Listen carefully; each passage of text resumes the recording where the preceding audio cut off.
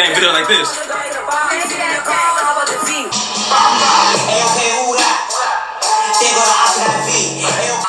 C.A.M.P, I'm back with another video. I'm about to title the video. You know what you clicked on. We trying something new. We got a little review going on. You feel me? It's gonna be my first review, so I apologize for any cons that pop up in this video. But we're gonna review on Dahmer. We're gonna do a little spooky season series. I'm gonna have like serial killers and OA-based movies and series. But today we're gonna do Dahmer. Before we do that, but yeah, Dahmer is chilling. The actors, the actresses, they deserve every award that comes with movies. What's the guy named Evan Peters, Niecy Nash, everybody. Them main two, because they made the movie, like, they made the movie so suspenseful. Well, I keep saying movie, but series, you get what I'm saying. 10-episode series, go tune it. That is not a sponsor. The first episode starts with, it's like, you usually have to wait until the bad guy gets caught to the end. The first episode, it shows how Dahmer gets caught. And then it allows it to break down from his childhood until he gets caught, and try to give you your own understanding. Because I don't really like how they try to make you have sympathy for him, but we're going to get to that. First episode, it starts off with his last victim. His last victim name was Tracy. That's the real victim's name, but I think it was played by Sean Brown, if that's the actor's name. They met at the liquor store. Dahmer comes, greets them, and this, that, and the third. And he ends up bringing him back to the apartment. The way he got him back to the apartment was he offered them to take pictures, nude pictures, for $100. There was two of them didn't go. Tracy went. Tracy ended up going. He walks in the house and says, "Hey, what's that smell like?" You feel me? Tracy's black. He didn't say it like that. He was like, on something. He looked kind of feminine, but they say he wasn't homosexual. And I don't have nothing against homosexuals, but you know what I'm saying. I'm trying to be as detailed as I can. So he says, "What's that smell?"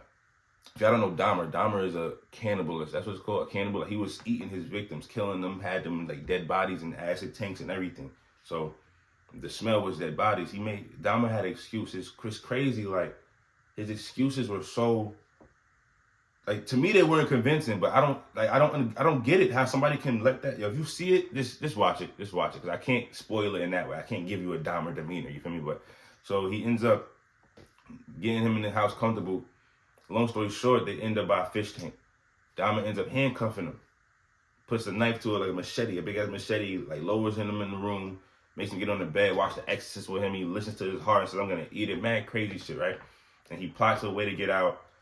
I'm kind of faint remembering how they got back in the living room, because they started in the living room, went to the room, got back in the living room. The nigga started like doing some genuine wine shit on the couch, like, "You want to take pictures, right?" Because he trying to like throw Dahmer off and get him on like some cool shit. He goes, gets the camera. Long story short, he's running out. Cops come, da-da-da.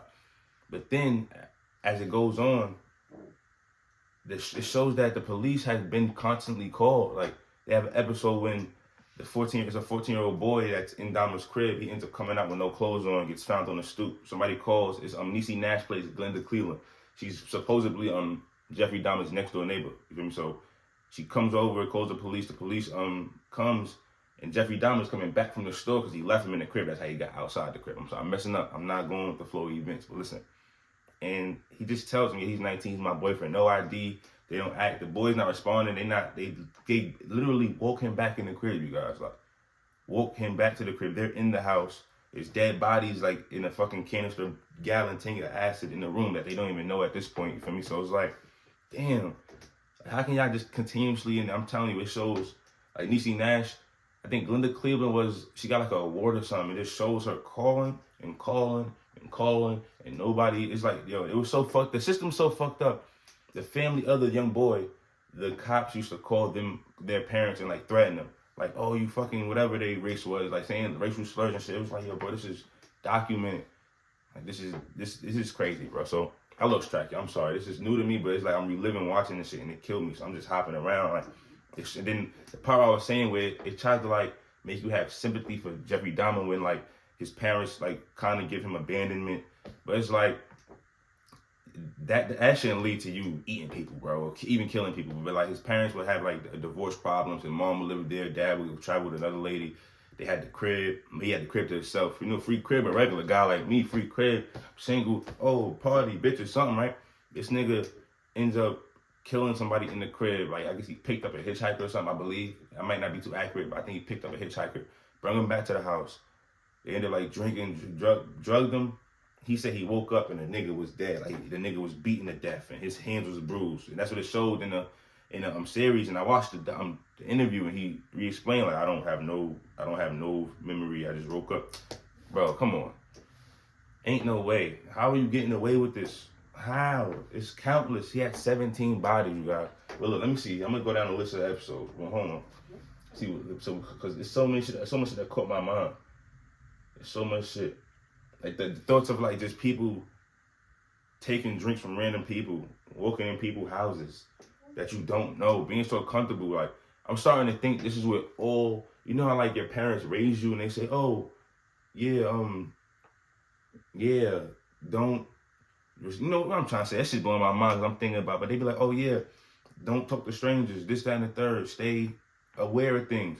This had to come from this era because ain't no way niggas is just giving you drinks and you, what? You come to my crib, the crib stink. If I go to a girl crib and if she come to my crib and my shit stink, we both not going to each other's crib, it stink, like, you know? But I mean, shout out to all the actors and actresses. I did a great job. That shit was so chilling. That shit was so great. But then it was the episode based on Jeffrey's dad. It made it seem like they were trying to like blame Jeffrey's actions on him. I didn't respect that. I understand childhood trauma plays a part. Like no disrespect, because everybody has a childhood trauma part. If you don't, kudos to you. But like, it's like you can't do that. And then you got it's a public scene of victims that's watching.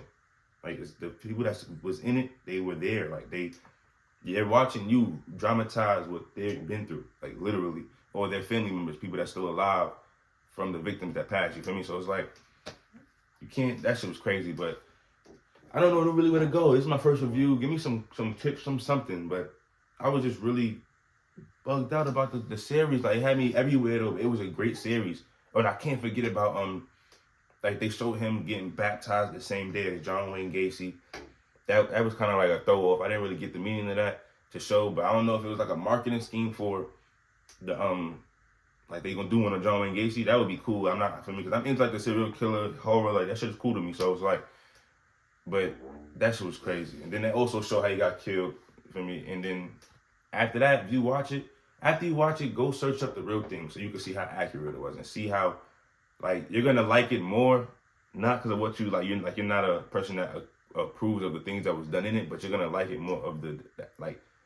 That's what a series is. They made a series. A series. If that had to be, that's like my favorite series. It was so coherent. It makes so much sense, and it started backwards. You get what I'm saying? You ever had a book that you know them little anime books that you could read forwards and backwards? It was one that like was perfectly laid out that you could read it forwards and backwards. But hell yeah. And I don't know who the director is, but I ain't hit this shit once. That's how much that shit was chilling. And that I'm gonna start using this to get my thoughts out about movies and shit, because I don't be talking to nobody. So look, I know the slogan is the cash can't. You got a family, we rich. Everywhere you go, bring your gun for two. Boy, you better be ready to hit it. They be like video like this.